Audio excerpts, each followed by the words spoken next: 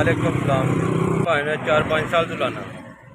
नहीं मेरे पट्ठे खिंच आई तो भाई मेरी गर्दन नहीं मुड़ती कि मैं बह नहीं सकता थले जमीन पर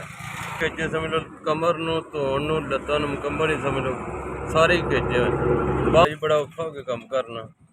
समझ लो जो उठ के टुरिया भी नहीं जाता मेरिया 2 बच्चियां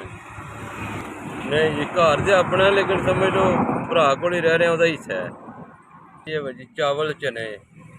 बर्फ वाला फट्टा लाया ते नाल मैं छलियां ਜਿਹੜੀਆਂ लाइए भाई अज पैसे नहीं सी है बर्फ भी नहीं लाई तो छलियां भी खत्म हुई चावल च नहीं लाए भाई मैं टीके भी लवाना नाल है ते मैथी कबाल दे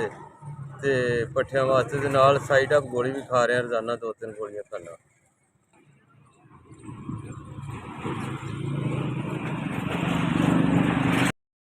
सलामकुम भाई ने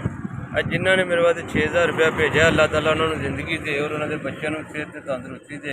मेरा निज़ाम चल जाए मैं मिठे चावल भी नाल पका लाँगा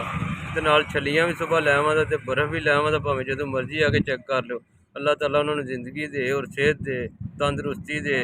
ते और उन्होंने मैडिसन भी अपनियां लै आवां कोई 1000-1500 रुपये दियां ते मेरा निज़ाम ही चल जाएगा अल्लाह ताला उन्होंने होर ज़्यादा दे मजीद ज़्यादा दे मेरिया दुआवां अज नहीं 100 साल तक उन्होंने नाल ने मैंने